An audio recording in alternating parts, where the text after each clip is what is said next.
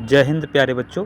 एक बार फिर से सभी प्यारे बच्चों का आपके अपने प्यारे YouTube channel goal with board exam में आपका स्वागत करता हूं।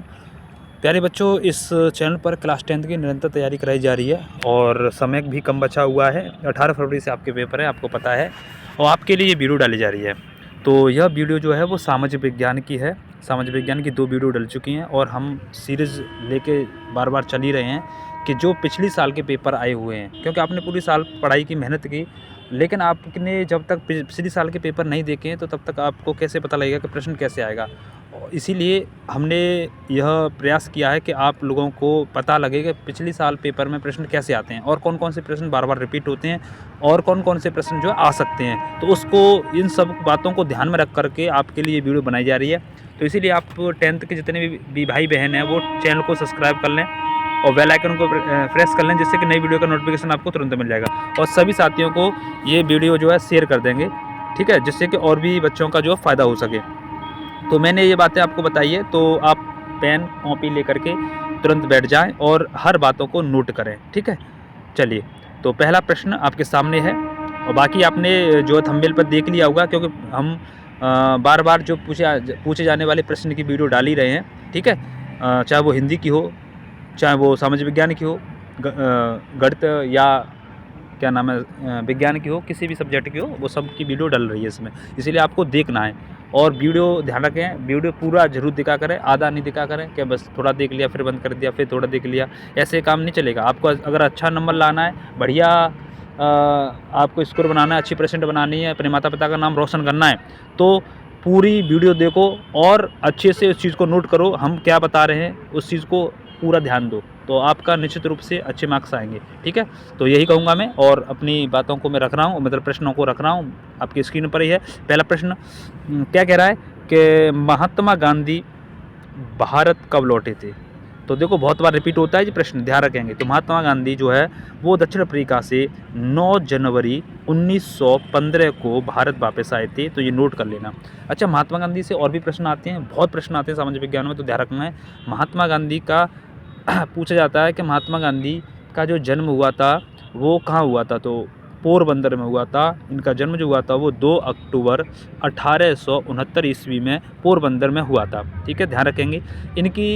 इनके पिता का नाम करमचंद गांधी था, माता का नाम कस्तूरबा गांधी, ठीक है, सॉरी पुतलीबाई, और इनकी जो पत्नी थी उनका नाम था कस्तूरबा गांधी। तो ध्यान रखना है। और गांधी जी के जो थे ना वो 4 पुत्र थे। कितने थे? 4, 2 लाल 2 बाल।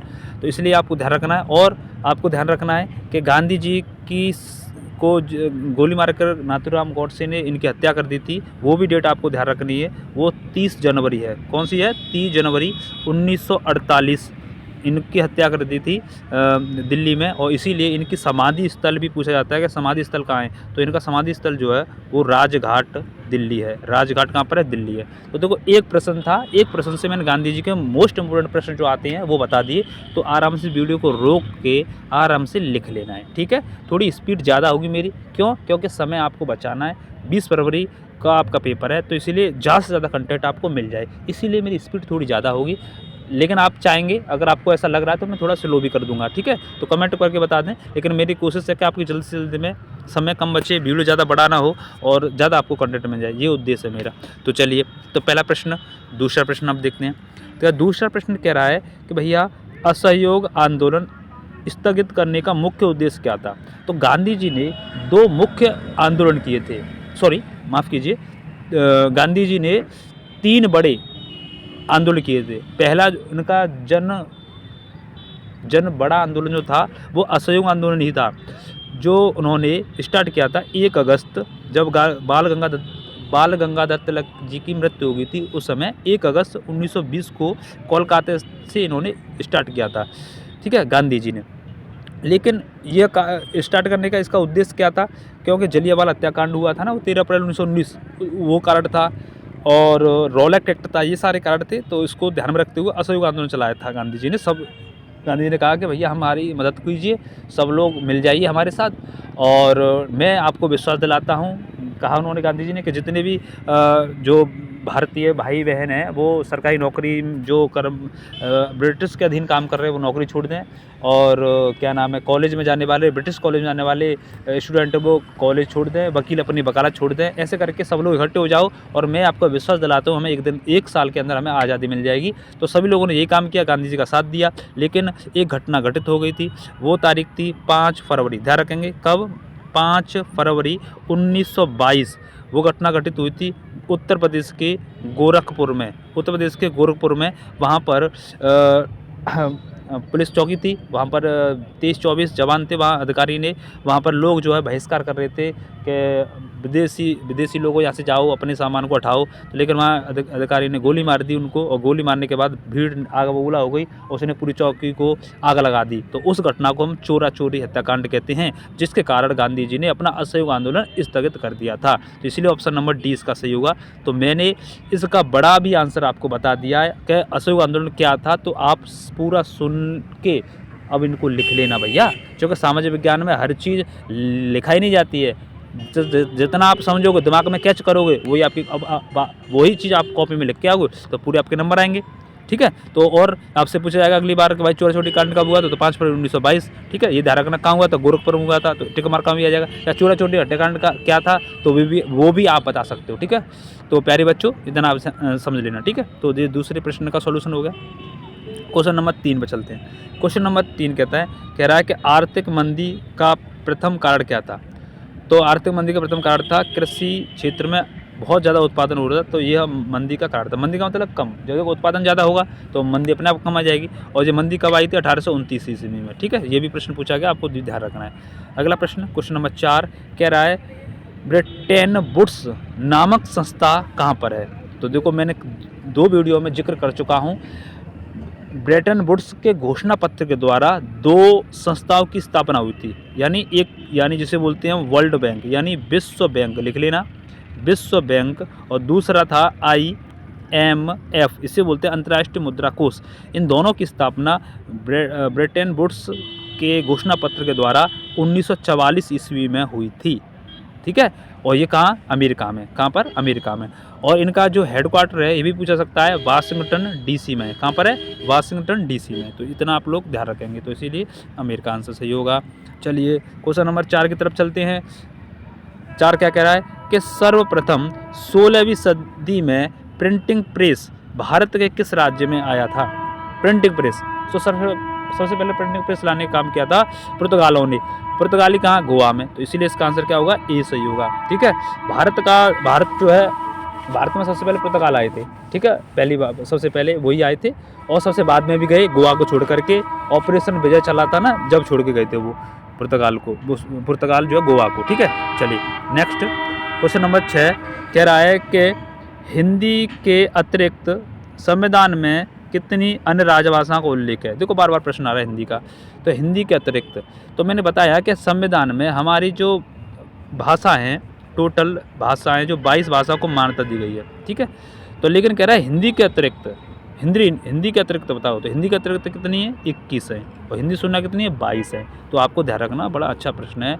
और हिंदी हमारी क्या है, राजभाषा है। और हिंदी को राजभाषा का दर्जा कब मिला, बार बार मैं लिख रहा हूँ, 14 सितंबर 1949 को। इसीलिए 14 सितंबर को हिंदी दिवस मनाते हैं, आप लोगों को ध्यान में रखना है। चलिए नेक्स्ट प्रश्न, और भारत में सबसे ज़्यादा बोली जाने वाली भाषा पूछी जाए तो हिंदी है। कौन सी है, हिंदी है। चलिए क्वेश्चन नंबर 7 कह रहा है कि निम्नलिखित में से कहाँ संघानात्मक शासन जो नहीं है। तो देखो, भारत में भी है, अमेरिका में भी है, बेल्जियम में भी है, लेकिन श्रीलंका में नहीं है। तो इसीलिए भी आंसर इसका सही होगा। अगला प्रश्न 8वां क्या कह रहा है कि लोकतांत्रिक शासन व्यवस्था अन्य व्यवस्थाओं में अच्छी है, क्योंकि यह क्या है, यह पारदर्शी है, क्योंकि लोकतंत्र जो है पारदर्शी होता है। बी क्या कह रहा है, व्यक्ति की गरिमा को बढ़ा देती है। ठीक है, तो ए और बी दोनों करेक्ट हैं, इसीलिए सी ऑप्शन इसका सही हो जाएगा। ठीक, नेक्स्ट अगला प्रश्न 9वां कह रहा है कि भारत में कितने राष्ट्रीय राजनीतिक दल हैं। तो प्यारे बच्चों 6 हैं। तो सबसे पहले आपको बताऊं, INC, इंडियन नेशनल कांग्रेस, जिसकी स्थापना हुई थी 1885 ईस्वी में। ठीक है, A.O. ह्यूम के द्वारा कांग्रेस की स्थापना की गई थी। ठीक है, सबसे पुराना राजनीतिक दल है। इसके बाद आता है बीजेपी भारतीय जनता पार्टी, जिसकी स्थापना हुई थी 1980 में अटल बिहारी वाजपेयी के द्वारा। इसके बाद में बीएसपी बहुजन समाजवादी पार्टी, जिसकी स्थापना 1992 में, ठीक है। इसके बाद में एनपीपी नेशनल पीपल पार्टी, ठीक है। और इसके बाद में कम्युनिस्ट पार्टी, ठीक है। और लास्ट में आती है आम आदमी पार्टी, ठीक है। आम आदमी पार्टी, जिसको दर्जा मिला था 2023 में, ठीक है। तो ऐसे करके 6 पार्टी होती हैं, 6 को नाम लिख लेना। भारतीय राष्ट्रीय कांग्रेस, बीजेपी, कांग्रेस की स्थापना 85 में पूछेगा, इसीलिए मैंने लिख दिया इसको। और बीजेपी की पूछ सकता है 80 में, और बीएसपी 92 में, और एनपीपी की नहीं पूछेगा, और ना कम्युनिस्ट पार्टी की, और ना के ये क्या नाम है जो नवीनतम पार्टी है राजनीतिक, जिसे बोलते हैं झाड़ू की सरकार, क्या कहते हैं आप, ठीक है, उसको 2023 में। तो ऐसे करके 6 क्या हैं राजनीतिक दल हैं, ठीक है। और याद रखना एसपी नहीं है, जो सपा है ना वो राष्ट्रीय पार्टी नहीं है, इसलिए ध्यान रखना। अगली बार पेपर में आ जाए कि निम्नलिखित में से कौन सी राजनीतिक पार्टी नहीं है, तो ये ऑप्शन हो सकता है, ठीक है, बी। अगला प्रश्न, क्वेश्चन नंबर 10 कह रहा है कि सांप्रदायिकता के लिए हानिकारक है, क्या हानिकारक है? तो इसके लिए अल्पसंख्यक और बहुजन दोनों ही हानिकारक होते हैं, यानी बी ऑप्शन इसका सही होगा। तो देखो प्यारे बच्चों, अगर आपको वीडियो अच्छा लग रहा हो तो देखो सबको शेयर कर दे। देखो मेहनत कराई जा रही है, देख रहे हो आप कितनी हर चीज़ का एक्सप्लेन कराया जा रहा है। ये प्रश्न जो कि रिपीट हो रहे हैं, ये तो आपके पेपर में आएंगे, फंसेंगे, लेकिन जो मैं एक्सप्लेन कर रहा हूँ वो आपके लिए MCQs में काम करेगा, 2 नंबर में काम करेगा, 4 नंबर में काम करेगा, 6 नंबर में काम करेगा। कोई सा कोई प्रश्न जो है कहीं से भी कैसा भी बन सकता है, तो वहाँ काम कर जाएगा। क्योंकि सामाजिक विज्ञान में स्टोरी में जो बता रहा हूँ, जो से एक्सप्लेन कर रहा हूँ, वो सीधा का सीधा आपके दिमाग में छपेगा और सीधा सीधा आप कॉपी में 20 तारीख के पेपर में आराम से कराओगे, ठीक है। इसीलिए आप लोग क्या नाम है प्रमोट करो, आपका चैनल है ना, सबको शेयर करो भाई। इसमें थोड़ी कि भाई मैं दूसरे कहीं क्या नाम है अपने इस लिंक को अगर आप स्टेटस पर लगा लोगे तो आपको कोई घट तो ही जाएगा। आप सब लोगों को फैलाओगे तो आपको अच्छा लगेगा कि क्या नाम है, हमको अच्छा लगेगा कि हाँ सा बच्चे ज़्यादा से ज़्यादा संख्या में चीज़ों को पढ़ रहे हैं, तो हमको और मेहनत करने की आवश्यकता होगी तो हम मेहनत करेंगे, ठीक है। तो इसीलिए आप लोग सब जो है शेयर करें, ठीक है, और चैनल को सब्सक्राइब करें, और अपने फेसबुक व्हाट्सअप जितने भी हैं वहाँ पर इसका जो है लिंक है, उस लिंक को वहाँ लगा लें, ठीक है। चलिए अगला प्रश्न 11वां कह रहा है कि जून 1992 में प्रथम अंतर्राष्ट्रीय पृथ्वी सम्मेलन किस शहर में हुआ था? तो ये हुआ था प्यारे बच्चों रियो डी जेनेरो ब्राज़ील में हुआ था। और उल्टा पूछ सकता है अगली बार पेपर में, बहुत बार रिपीट होता है जी कि पृथ्वी सम्मेलन रियो डी जेनेरो जो ब्राज़ील में हुआ था कब हुआ था? तो 1992 में हुआ था, तो ध्यान रखेंगे। और जो पर्यावरण के लिए हुआ था विशेष करके, ये भी ध्यान रखना है। अगला प्रश्न 12वां कह रहा है कि किस मृदा का निर्माण भारी वर्षा से अत्यधिक निच्छालन के फलस्वरूप होता है? तो लेटेराइट मृदा का होता है, ठीक है। और मुझे आप कमेंट में बताओगे कि उत्तर प्रदेश में प्रमुख रूप से कौन सी मृदा है, ये मैं बता चुका हूँ। चलिए नेक्स्ट क्वेश्चन 13वां कह रहा है कि प्रोजेक्ट टाइगर की शुरुआत किस वर्ष हुई? यानी टाइगर की संख्या कम हो रही थी, इसीलिए प्रोजेक्ट टाइगर चलाया गया था उनके संरक्षक के लिए, तो 1973 में, ध्यान रखेंगे। और प्रोजेक्ट एलिफेंट भी लिख लेना, 1992 में चलाया गया था। चलिए नेक्स्ट प्रश्न 14वां कह रहा है कि निम्नलिखित में से कौन सा राज्य सरदार सरोवर परियोजना से संबंधित नहीं है? तो सरदार सरोवर परियोजना से उत्तर प्रदेश भी है, गुजरात भी है और महाराष्ट्र भी है, लेकिन मध्य प्रदेश नहीं है। और सरदार सरोवर बांध पूछा जाता है, ध्यान रखना। ये कौन सी नदी पर है? नर्मदा नदी पर है, ठीक है, नर्मदा नदी पर। और कहाँ पर है? ये गुजरात में है ये बांध, ठीक है, गुजरात में, ध्यान रखेंगे। और इसी के किनारे जो है बहुत बड़ी प्रतिमा बनी हुई है सरदार वल्लभ भाई पटेल की, जिसे स्टैचू ऑफ यूनिटी बोलते हैं, 182 मीटर की है। चलिए इसको भी आप ध्यान रखना। क्वेश्चन नंबर 15 कह रहा है कि स्वर्णिम चतुर्भुज परियोजना किससे संबंधित है? स्वर्णिम बहुत बार रिपीट हो रहा है जी प्रश्न। स्वर्णिम चतुर्भुज क्या है? तो सड़क परिवहन से संबंधित है। ये कैसी है भैया? सड़क कहाँ से है? तो चतुर्भुज के टाइप में दिल्ली से सीधे मुंबई की तरफ है, और मुंबई से सीधे चेन्नई है, और चेन्नई से सीधे कोलकाता है, और कोलकाता से सीधी दिल्ली है। तो ऐसे इसे बोलते हैं स्वर्णिम चतुर्भुज योजना, जो सड़क है, ठीक है। दिल्ली से मुंबई, मुंबई से चेन्नई, और चेन्नई से कोलकाता, कोलकाता से दिल्ली। ठीक है, इसी को बोलते हैं जो परिवहन से संबंधित है। चलिए नेक्स्ट क्वेश्चन 16वां कह रहा है कि भारत में 1000 रुपये के करेंसी के नोट किस वर्ष अमान्य घोषित कर दिए गए? तो मोदी जी ने 8 नवंबर 2016 को रात के ठीक 12 बजे कहा था, भाई और बहनों 500 और 1000 के नोट बंद होने वाले हैं। तो ये 8 नवंबर 2016 को कहा था, ये आपको लोगों को ध्यान रखना। 500 और 1000 के एक साथ बंद हुए थे। अच्छा, अब नए नोट की ध्यान रखो। जो 10 रुपये का नोट है इस पर किसका चित्र बना हुआ है? तो आप लिख लेना, यहाँ पर कोणार्क का सूर्य मंदिर बना हुआ है 10 के नोट पे। अच्छा, 20 के पे अजंता की एलोरा गुफाओं का है, ठीक है, एलोरा गुफा, ठीक है, एलोरा गुफा हैं, ठीक है, 20 रुपये पे एलोरा गुफा। देखो मेरे पास व्यवस्था इतनी है नहीं है, मैं सिर्फ अपने उंगलियों से लिख रहा हूँ जो स्क्रीन पर, इसीलिए थोड़ा राइटिंग वैसा आ रहा है, पेन वैन से है नहीं है, ठीक है। तो जो उतना अभी बनना है उसी आधार पर तुम्हारे लिए कंटेंट भेज रहा हूँ भैया, ठीक है। तो 10 रुपये पर कोणार्क मंदिर है, 20 रुपये पर एलोरा की गुफाएं हैं जो महाराष्ट्र में हैं, और 50 रुपये के नोट पर हम्पी है, ठीक है, हम्पी है कर्नाटक वाला, और 100 पर रानी केबाब है। क्या है? रानी केबाब का महल, केबाब का महल, ध्यान रखेंगे। और 200 के नोट पर सांची का स्तूप है, मध्य प्रदेश में जो है सांची का स्तूप है। और 500 के नोट पर ध्यान रखेंगे लाल किला है। क्या है? लाल किला। तो आपसे ये भी पूछा जाएगा, ध्यान रखें। और अब 2000 का नोट है? नहीं है। तो 2000 का नोट पूछे जाए आपसे कि 2000 के नोट पर क्या था? तो मंगलयान, ठीक है, मंगलयान था 2000 के नोट पे, जिससे भारत सरकार ने बंद कर दिया था 7 अक्टूबर 2023 को, ठीक है। इसको डेट को भी ध्यान रखना, 23 को बंद कर दिया है 2000 का नोट, अब बिल्कुल भी नहीं चल रहा है, ठीक है। 500 का चल रहा है, सबसे बड़ा नोट हमारा भी कौन सा है? 500 का है। तो चलिए बच्चों, इतने आप लोगों को ध्यान रखना। और भारतीय करेंसी क्या है? रुपया है। चलिए नेक्स्ट प्रश्न।